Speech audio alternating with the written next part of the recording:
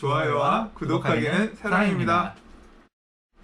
안녕하세요. 반갑습니다. 부동산입니다. 자, 오늘은 제목에도 보이는 것처럼 분양가 상한제, 진짜 7월달 들어서 아주 그냥 분양가 상한제 분상 아주 그냥 머리 지긋지긋하게 얘기 들었는데, 그 지긋지긋한 분양가 상한제 얘기를 또 하러 나왔습니다. 왜 또 하러 나왔냐?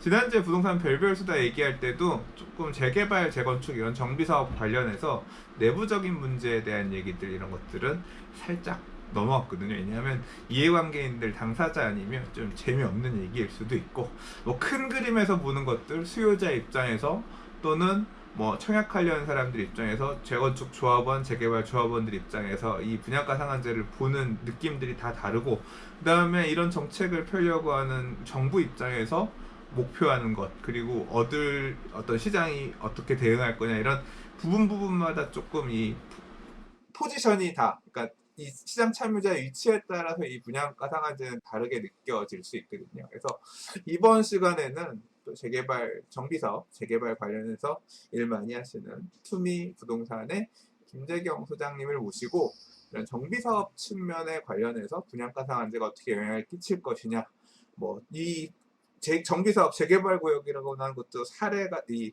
케이스가 되게 많습니다. 많이 진행된 사업장도 있고 초기 단계의 사업장도 있을 수 있을 거고요. 그러면 이제 이런 경우에는 또 그 안에서도 집을 큰 거 가지고 있는 사람, 작은 거 갖고 있는 사람, 어떻게 이런 부분들이 달라질까, 이 내용들을 좀 디테일하게 세부적으로 얘기를 해보고자 이렇게 자리를 마련했습니다. 제가 시작하자마자 말이 더럽게 길었는데요. 자, 김재경 소장이 모셨습니다. 안녕하세요. 안녕하세요. 부동산 주치 김재경 소장입니다. 안녕하세요. 네, 반갑습니다. 네, 저번에 네. 사실 한 가지 아쉬운 게 있었어요. 뭐였냐면 저희가 그 대망의 거의 반지의 제왕급의 3시간짜리 영상 네. 저번에 찍었었거든요. 총 3편에 걸쳐서. 그랬는데 그때 저희가 찍을 때만 해도 분양가 상한제 이슈가 없었어요.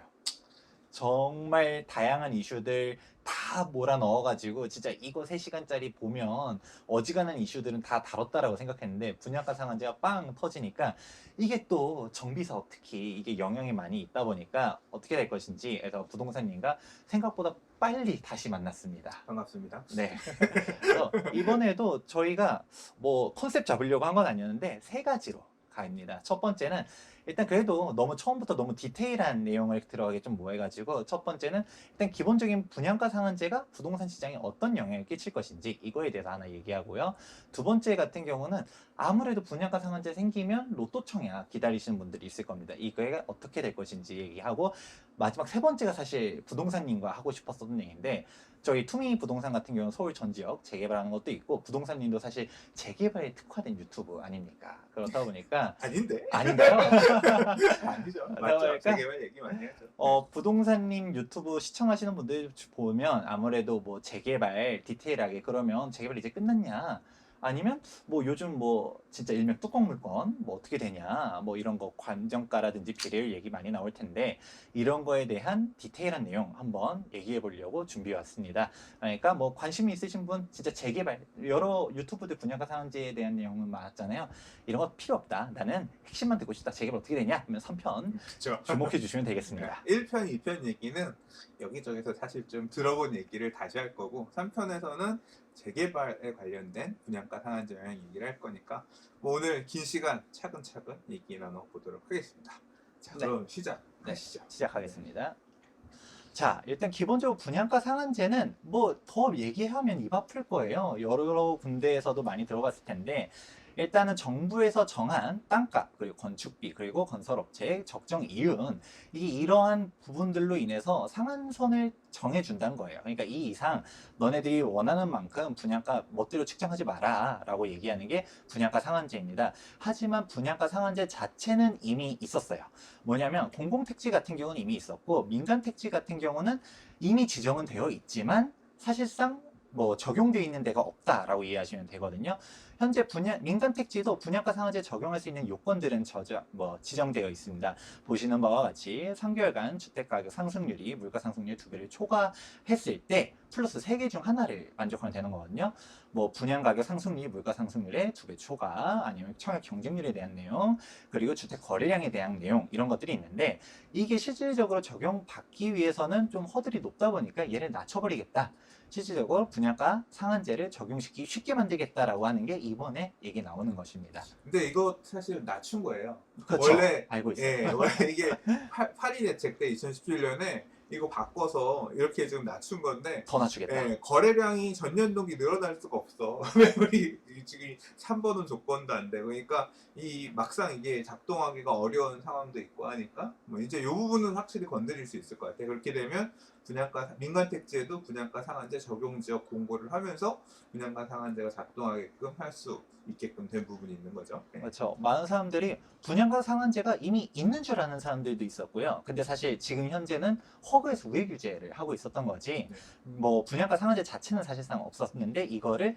직접적으로 이제 그러니까 국토부에서 제도는 있는데 적용되는 그쵸. 곳이 없었다, 이렇게 보는 게 그렇죠. 맞겠죠. 네, 그게 맞습니다. 네. 그게 하는데 뭐 이거는 사실 많이 얘기 나왔어요. 이미 결과론적으로 뭐 다 나오는 건데, 뭐 당연히 정비업체 사업성 떨어지겠죠. 분양가 나는 10억이 할 줄 알았는데 정부에서 8억밖에 못하게 한다라고 하면 이거에 대한 손실 누가 다 부담할까요? 조합원들이 부담하게 되겠죠. 정비사업 사업 시행자가 부담해야 되고, 정비사업의 사업 시행자는 토지 등 소유자, 주민들, 그쵸. 소유자들이니까 그 사람들이 이제 더 돈을 내야 되는 거죠. 네. 그렇죠. 그렇게 되면 당연히 사업을 진행하냐 마냐 이런 거에 대한 의견이 분분해질 수밖에 없고요. 뭐 아무것도 없었으면 공급을 했었을 것이 공급이 안 될 가능성이 당연히 높아지겠죠. 뭐 어렵게 볼 것도 없이 신규 공급이 줄어들 수밖에 없는 겁니다. 왜냐면 당연히 기존에 있는 구축 아파트들 같은 경우는 뭐 당연히 희소성 증가다, 이렇게 기존에 있었던 아파트들은 뭐 우리 이후로 새롭게 아파트들이 늘어날 일이 없으니까 희소성이 늘어난다. 결과론적으로 기존에 있는 아파트들은 당연히 희소성 늘어난다라고 할 수 있지만, 그것보다 더 각광을 받는 거는 신축 아파트들. 아무래도 사람들이 신축 아파트에 대한 열망 분명 존재하는데, 여기서 신축 아파트가 이제 차단된다? 라고 하면 대표적으로 강남 같은 경우 이런 데서 뭐 갑자기 이름이 기억 안 나네. 이제 앞으로 이제 새 아파트 안 나올 거니까 기존에 그렇죠. 전했던 뭐 아마 분명히 아크로 리버파크 얘기하려고 맞아. 했을 거야. 아크로 리버 뷰나 어, 갑자기 아니, 요즘 뷰나. 단어가 네. 안 네. 떠오르네요.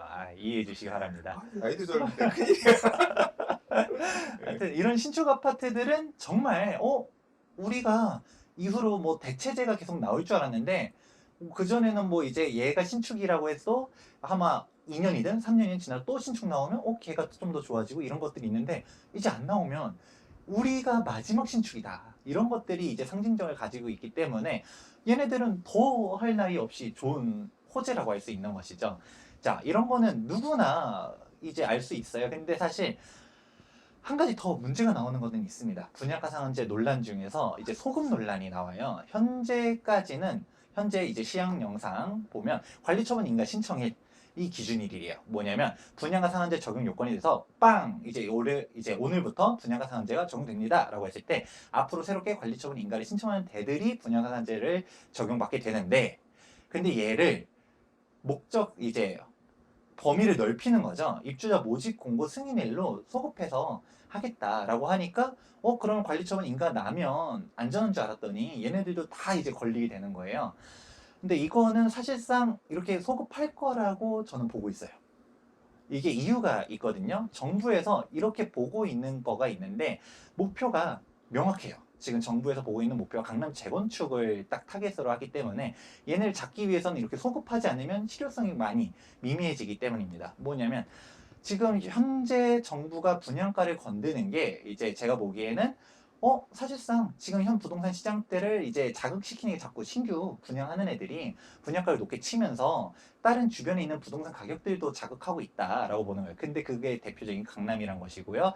근데 이제 강남 같은 경우도 강남 재건축을 놓고 봤을 때 지금 재건축 초과이익 환수제가 엄청나게 억제고 있기 때문에 재건축 초과이익 환수제에 걸리는 애들은 사실상 다 멈췄어요. 근데 재건축 초과이익 환수제를 피한 애들, 2017년도 말까지 관리처분 인가를 신청한 데들은 이제 막 진행되고 있잖아요.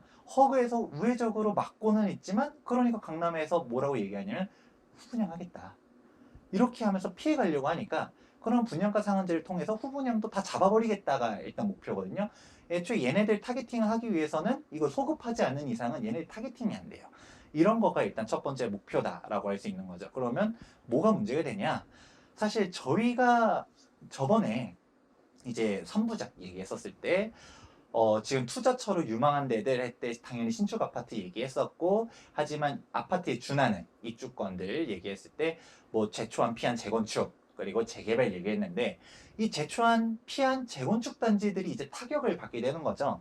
당장 반포주공 1단지 뭐 얘네들 엄청나게 뭐 잘 될 줄 알았었는데 분양가가 우리가 원하는 대로 안 된다 라고 하면 당연히 타격을 받을 수밖에 없다라는 것이고, 지금 현재 얘네들이 가장 큰 리스크가 이제 현재 이슈가 나오고 있는 거죠. 얼마나 강력하게 나오냐, 범위를 어떻게 하냐, 이런 거에 대한 거는 실질적으로 발표가 뭐 빠르면 올해래. 그 7월 말, 뭐 아니면 8, 9월에는 발표할 거다. 이런 얘기들이 나오고 있는데, 뚜껑은 까봐야겠지만 사실 얘네들이 사정권에 들어갈 가능성은 제가 봤을 땐 90%다라고 보고 있습니다. 분양가 상한제의 네. 이제 타격이다라고 네. 보는 건데, 사실 실질적으로 얼마나 범위가 나오냐도 하나의 관건 포인트긴 해요. 이게 진짜 말했던 것처럼 강남의 이제 재건축을 잡기 위한 건데, 아마 제가 봤을 때는 어떻게 따지면 강남 3구만 지정될 가능성도 없진 않다라고는 봐요. 근데 이렇게 되면 당연히 앉은 자리에서 다른 서울에 있는 재개발 지역들 당연히 반사이익 확 볼 거고요. 그렇기 때문에 뭐 국토부도 바보가 아닌 이상 서울시 전역으로 지정될 가능성이 아마 높다라고 보고 있고, 일단 강남을 잡기 위해서 모집 공고일로 소급해서 지정될 가능성이 아주 크다. 근데 이거에 대해서는 말이 많아요. 소급했을 때 어떻게 싸우냐 이런 얘기들이 있는데, 일단은 국토부에서는 얘네를 잡기 위해서 일단은 꺼낸 카드이기 때문에 일단 소급할 가능성이 아주 높다라고 저는 보고 있습니다. 그러니까 결국은 그거죠. 뭐 후분양도 아니고 준공후 분양하겠다라고 하니까 준공후 분양하면 그것 때는 분양가 상한제로 작동을 시킬 거니까 함부로 분양가를 마음대로 높일 생각하지 마라, 이런 엄포일 수도 있고, 실제 이제 입법을 해서 이렇게 줄지도 모르겠고, 90%라 그랬어요. 저는 잘 모르겠다. 잘 모르겠고, 이게 뭐 보도자료 이런 것들 언론에서 얘기하는 내용에 따르면 크게 문제 없는 것처럼 보고 있다는 식으로 이게 뭐 소급에 적용되는 게 아니다 하는데, 그거는 이제 재판 가봐야 아는 거고, 그쵸. 이제 그거는 법률 하시는 분들이 판단할 문제인 거니까. 저는 근데 지금 이 당장 이 재건축 조합장님들 가가지고 뭐 연판장 이름 써가지고 뭐 항의 서한 보내고, 아무튼 이 문제 때문에 시끌시끌 하다가 요새 조금 다시 잠잠해진 상황인 것 같습니다.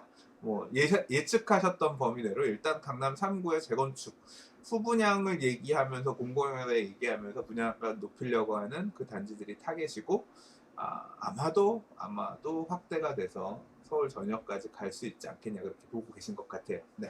네. 그러면 당연히 이렇게 분양가 상한제를 시행하게 되면 뭐 정비업체들 난리 나겠죠. 뭐 예를 들어 후분양을 하려고 했을 때 이제 뭐 다 얘기 나오고 있었던 데들도 다시 얘기가 원점에서 재검토가 될 거고요.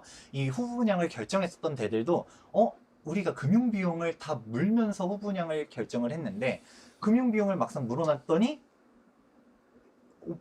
분양가도 내가 원하는 대로 못해. 이게 되면 그냥 차라리 그냥 어차피 이래나 저래나 분양가 상한제 걸리면 그냥 분양가 상한제로 걸리면서 가는 게 차라리 날 수 있는 상황이 나올 수 있다라는 그 것이죠. 분양가 상한제 어차피 걸리면 후분양, 준공후 분양하는 그냥 선분양 때리자, 그쵸. 금융비용이라도 줄이자, 이런 식으로 선택하는 단지들이 그렇죠. 나올 수 있다. 다들 근데 지금 서구의 고분양가 관리 기준 자체가 너무 세요. 말이 안 돼. 지금 뭐 둔촌주공 아파트 자꾸 언론에서 나오는데, 뭐 그 기준에 따르면 조합원 분양가보다 일반 분양가가 싸야 되고 청량리보다 분양가가 싸야 맞아요. 돼요. 청량리. 네? 그러면 그거 조합원들 나자빠지지. 이게 이 사람들이 어쩔 수 없이 받아들이는 부분도 있지만 이 못 받아들이는 부분도 있는데, 거의 제가 볼 때는 못 받아버리는 수준의 어떤 분양가예요. 조합원들 입장에서는 그쵸. 납득할 수 없는. 네. 허그에서는 진짜 사실 말도 안 되는 거라고는 저 동의하고, 이거 분양가 상한제 뭐 전에도 사석에서는 진짜 말도 안 되는 정책이다 얘기는 하는데, 뭐 이거가 과연 어떻게 될지는 사실 일단은 정식 발표는 안 났으니까 그렇죠. 너무 아직 뭐 픽스된 건 얘기하긴 아니니까. 예. 뭐 해서 일단은 길게까지는 얘기를 안 하겠습니다. 네. 자, 그러면 우리가 일단 알 수 있는 거는 분양가 상한제가 그럼 적용되면 일단은 발표는 안 났지만 발표가 얼마나 강력하게 아니면 얼마나 넓게 나올지 한번 봐야겠지만 엄청나게 건설 경기에 타격을 주긴 할 거예요. 일단은 건설 시장들 뭐 사업성이 안 좋은 데는 올스톱이라고 보면 될 거고요. 사업 이제 우리가 그거를 감안하더라도 진행할 만한 데인지 아니면 또 중소건설사 같은 경우는 애초에 그거 이자 금융비용 부담하면서 갈 수가 없어요. 그렇기 때문에 그러면 분야가 상한제를 맞았을 때 이게 진짜 사업이 되냐 안 되냐를부터 원점에서 재검토를 할 필요성도 있을 거고요. 이게 뭐 범위가 그렇게까지 넓게는 안 할 것 같지만 만약 경기권까지 된다, 그럼 중소건설사들 되게 많거든요. 근데 난 별로 건설 경기 타격하고 상관없을 것 같은데. 아 그렇습니다. 네, 저는 별로. 왜냐하면 건설회사들 어차피 노급제고 뭐 얼마에 하든 간에 분양가를 2,600에 하든 3,000에 하든 그거 다 조합원들이 먹는 거지. 주어진 이 공사비만 건설회사들은 받으면 되는 거잖아요. 물론 이제 진행이 안 되면서 아 원래 내일 모레부터 공사하려고 준비했는데 안 하네? 이제 이러면서 일감이 줄어들면서 타격받는 거 그쵸, 그런 일감이 부분이 있겠지만 수익 이런 측면에서는 그렇고 중소건설사들은 난 문제 없을 것 같아. 아 그래요? 왜냐면 중소건설사들은 재개발되고 즉 수주를 잘 못하잖아요. 그렇죠. 그러니까 지금 여기에 문제되는 해당 사항이 별로 없고, 그리고 사실 이제 중소건설사, 이군 건설회사들 이런 데들이 주로 하는 게 공공택지에 땅 받아가지고 이제 분양할, 걔는 애초에 분양가 상한제 다 지금 적용되잖아요. 그래서 실질적으로 타격은 건설회사들은 다른 이유로 좀 분쟁이 있을 것 같고, 그러니까 예를 들자면 얼마 이상의 분양할게요라고 시공사 수주했는데 그 금액에 지금 이런 규제 때문에 못해. 그럼 조합원들 아니 니네가 그 금액에 분양 안 해주면 떠 하나 준다 그랬잖아. 건설회사 니들이 떠 하나라. 그 금액에 초일하고 용가리 통병가요. 이거 받아서 어떻게 저희가 팔아요. 저희도 뚜렷한 방법이 없어서 못 사주겠어요. 뭐 이렇게 되면 이제 건설회사랑 조합 간에 어떤 분쟁들 생기고 그런 그렇죠. 어떤 안 좋은 조건에 계약된 건설회사들 만세 부르고 저희는 그냥 포기할래요. 뭐 이제 그런 분쟁들은 있겠지만 사실 중소건설회사들이나 뭐 이런 데는 자, 서울 같은 경우는 네. 대부분 다 1군으로 가는 거고, 네. 근데 이제 봤을 때 중요한 거가 그거죠. 일단은 뭐 부동산님 얘기했던 것처럼 뭐 몇몇 조합 같은 경우는 뭐 계약을 어떻게 했냐에 따라서 이제 건설 회사가 진짜 팍 터지는 경우도 있을 수 있지만 그런 거는 아마 대부분은 아닐 거예요.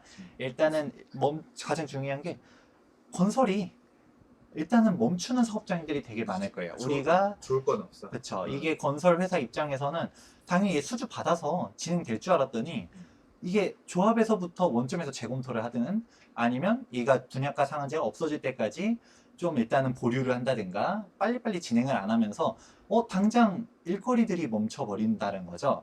그리고 우리가 경제학에서 건설 시장 같은 경우는 되게 승수효과가 높은 산업 중 하나예요.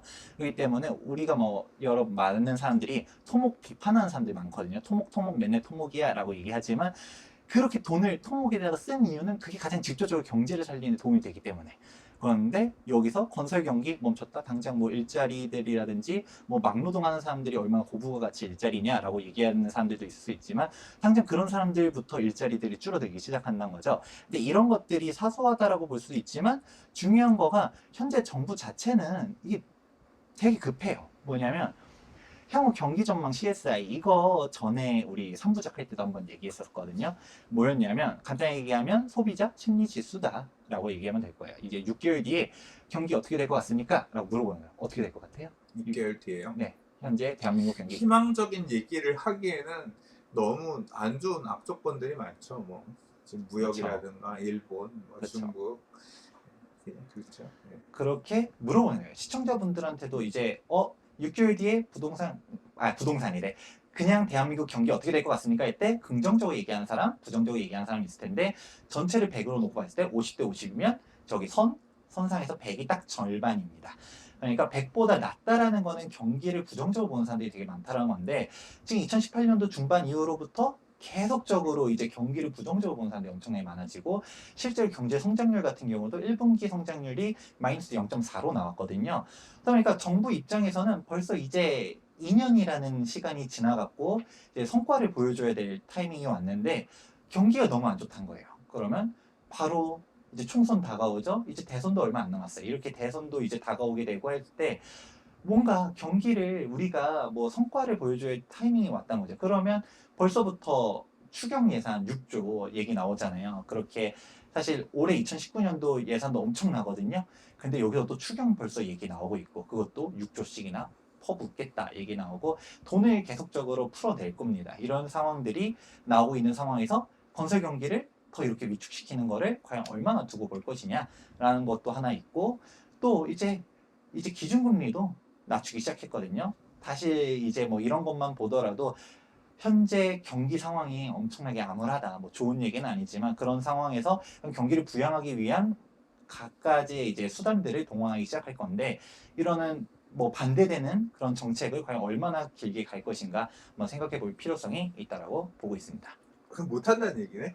아, 하긴 할 거예요. 하긴 왜냐면 하는데 길게 못한다. 그쵸. 길게 못 아, 간다. 아. 이거에 대해서는 3편에서 아, 마저 얘기 나올 겁니다. 네. 그리고 이게 금리 인하 얘기했지만 사실 이거는 주제가 아니니까 짧게 얘기할게요. 뭐 사실 금리 인하한다고 부동산 가격이 막 올라간다, 뭐 떨어진다, 뭐 얘기하는 사람도 있는데 사실 뭐 1억 빌린다 할 때 0.25% 1년에 25만 원 이득이에요. 한 달에 2만 원 차이 뭐 금리 낮아졌다고 해서 막 대출 막 일으키지도 못하고요. 애초에 LTV 때문에 대출도 안 돼요. 그런 건데 뭐 이거가 중요한 대출 금리 같은 경우는 사실 개개인들한테는 중요하지 않아요. 이거가 중요한 거는 이 많은 부동 자금들 이게 이제 움직이기 시작한다는 거죠. 아무래도 이 사람들은 어떻게 이게 돈을 어떻게 흘러가야 될지 모르는 사람들이 되게 많은데 결정을 빨리빨리 해야 된다는 것이죠. 그랬을 때 어떻게 갈 것이냐 이런 거에 대해서도 저희가 3부작 때 한번 얘기했으니까 보시면 좋을 것 같은데 뭐 사실상 달라지는 건 없어요. 지금 저금리 오히려 아예 한국은행도 본격적으로 금리 인하를 이제 시작했고 유동자금 너무 많고 그리고 대체 투자처가 없다. 복사 뭐 붙여넣기. 그쵸.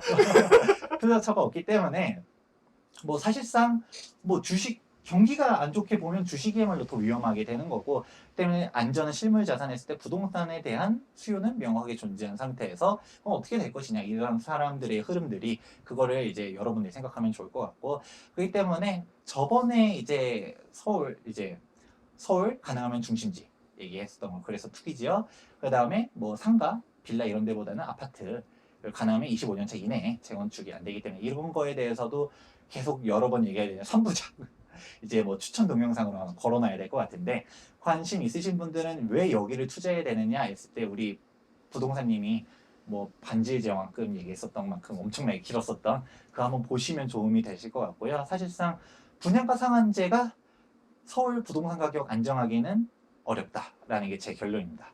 일단 여기까지가 1부에서 제가 준비한 내용이에요. 어떻게 생각하세요? 제가 오늘은 태클을 안 걸었더니 술술 좀 빨리 온 것 같기도 한데 네. 이 그렇죠. 그러니까 저는 뭐 분양가 상한제가 사람들의 심리를 그러니까 결국 부동산 가격이 오르고 떨어지고 이런 게 물건을 갖고 있는 그러니까 매물이 많을 수는 없는 상황이에요. 기본적으로 재고주택 매물이 많이 나오기 힘든 상황이게 세금을 이렇게 조여놨고 돈을 조여놨고 그러니까 이 뭐 북한만 이렇게 거주 이전에 자유가 없는 게 아니라 이렇게 이런 규제가 많아지면 그렇게 세금 내면서 어떻게 새로 이건 파는데 새로 내가 대출 많이 갖고 있다 팔고 갈아타고 싶어도 세집에선 대출이 안 나오니까 이제 제한되고 막 이런 것 때문에 거주 이전의 자유가 되게 그렇죠. 예. 그러니까 이렇게 막 이렇게 쪼여져 있는 상황에서 이 사람들 매도인들 입장에서는 이런 분양가 상한제가 나와서 신축이 이제 앞으로 희귀해질 거다라고 하면 아싸 내게 이제 비싼 거 되는 거야 막 이런 식으로 가면 괜히 그 얘기를 듣고 있었던 집 안 갖고 있는 사람들은 마음 조급해지거든요. 그러니까 심리가 되게 막 흔들릴 수 있을 만한 그런 이벤트 이슈거든요. 그러니까 그게 지금 실제로 반영되고 이런 하면서 또 더 불안해지는 모습들도 되게 안타깝고 그러니까 뭐 큰 틀에서는 예, 뭐 태클 걸 만한 내용은 없고 그러니까 그런 흐름들로 이게 올바르다 그리고 분양가 상한제를 적용하는 게 과연 그러니까 결국은 그거거든요. 일반 분양가를 싸게 계속 내야지 특히 강남 3구의 일반 분양가를 계속 싸게 내야지 부동산 가격을 안정화시키는 데 도움이 될 것이다. 그렇기 때문에 허그의 분양 보증 부재 허그의 분양 보증. 보증 가지고 이제 분양가를 잡으려고 했는데, 아 그럼 우리가 돈 빌려 갖고 와서 짓고 나서 그냥 나중에 우리 맘대로 팔게 이런 식으로 도망가니까 머리끄댕이 잡고 와서 어디 이식을 어딜 안돼 도망가. 안돼. 왜냐면 니들은 싸게 해야 돼. 왜냐면 그게 부동산 가격을 잡을 수 있는 분양가는 일단 우리의 기조야. 싸게 가야 되는 게 이제 그런 목적하에서 가고 있는데, 지금 당장 이제 이런 사람들의 심리를 불안하게 하는 이런 부분들 때문에 아니 왜 이렇게 못하게끔 하냐. 여러 가지 우리가 왜 일반 분양 청약하려는 그 청약 분양 받는 사람들 걔네들이 로또 만들어 주려고 왜 내가 돈을 더 내야 되느냐 이런 갈등들, 그러니까 여러 가지 문제들이 복잡하게 엉키면서 참 쉽지 않은 상황이 되고 있는 것 같아요. 뭐 아직 지금 결론 난 건 아니지만, 그래서 뭐 저도 큰 틀에서는 분양가 상한제가 목적한 바에 따라서 부동산 가격을 분양가는 붙들어낼 수 있는데 시장을 더 경색시키면서 시장 자체가 작동하기는 힘들게 안 좋은 좀 부작용이 더 많이 나올 가능성이 높다라고 저도 개인적으로 생각합니다. 뭐 부동산님이 얘기한 거랑 똑같아요. 말했던 것처럼 뭐 이게 분양가 단기적으로 분양가는 잡을 수 있지만 부동산 시장은 결국 못 잡는데, 근데 정부가 제가 봤을 때는 카드가 이제 몇 개 없어요. 없다 보니까 이것도 그냥 솔직히 말해서 부동산 가격 떨어진다라고 얘기하는 전문가들 보면 항상 뭐 공급 충분하다 이 정도도 막 공급 되게 많다, 서울도 공급 막주 강동이니 뭐니 공급량 계속 많다라고 얘기하는데 많다고 생각하는데 이제 뭐 입주할 거라는데 그 공급을 차단시키는 정책을 해버리면 그럼 반대로 말하면 네. 그러면 이거는 뭐 부동산 가격, 서울 부동산 가격을 부양시켜주는 정책이네라고 그냥 대놓고 얘기할 수 있는 거예요. 그 사람들 논리대로라면 그거를 국토부에서도 과연 모르진 않을 거예요. 근데 이거를 하는 거가 그만큼 급하단 거예요. 왜냐면 이제 실질적으로 남은 카드가 몇 개 없는데 당장 강남부터 이제 다시 재건축 가격들 막 뛰고 이러고 있다 보니까 얘를 일단은 단기적으로라도 빨리 억제시켜야지. 말했던 것처럼 무주택자들이 우리가 막 이제 비판하잖아요. 정부를 자꾸 부동산 가격 좀 잡으라고 그렇게 하다 보니까 무주택자들은 막 환호하겠죠. 와 그래 그 강남 재건축 가지고 있는 나쁜 놈들 그냥 처치해라 적폐다 막 이런 식으로 얘기를 할 수 있는데 그냥 단기적인 이벤트일 뿐이지 실질적으로 장기적으로 봤을 때는 이거는 혼란만 가져올 뿐이다라고 보고 있는데 참 안타까운 정책입니다. 아직 안 했어. 네 일단은 네. 나오는 거 네. 한번 지켜보면 좋을 것 같네요. 네. 그러면 이렇게까지 분양가 상한제가 적용이 되게 되면 일반적인 부동산 시장에 대해서 어떻게 될 것인지에 대해서 일부 얘기해 보았습니다. 2부에 대해서는 사실 2부를 넣을까 말까 고민했는데 그래도 한번 넣어놨어요. 로또 청약. 진짜 마음 아픈 일이지만 정비사업체를 지금 현재 조합원 같은 경우는 일단은 당장 우리한테 이제 막 타격을 주니까 당장 마음 아픈 거는 정비업체 가지고 있는 사람들인데 그 정비업체 조합원들의 피땀 눈물로 일어놓은 로또 분양을 받게 됐을 때 그러면 우리들은 로또 분양 기다려야 되냐? 이거 얘기도 되게 많거든요. 이거에 대해서 한번 또 2부에서 짤막하게 얘기해 볼 거고요. 맨 마지막 세 번째에서 그러면 정비업체들은 이제 어떻게 되는가? 이거에 대해 얘기해 보겠습니다. 정비업체는 정비업 그러네. 정비 그냥 사업 우리 사업 시행자라는 표현을 쓰자. 재개발 조합, 네. 뭐 재개발 조합원들, 알겠습니다. 정비업체는 우리 흔히 정비업체는 그 컨설팅하는 정비업체인데. 네, 오케이. 야, 1부는 이 정도 마무리하고요. 2부에서 좀 더 심화된 내용으로 인사드리도록 하겠습니다.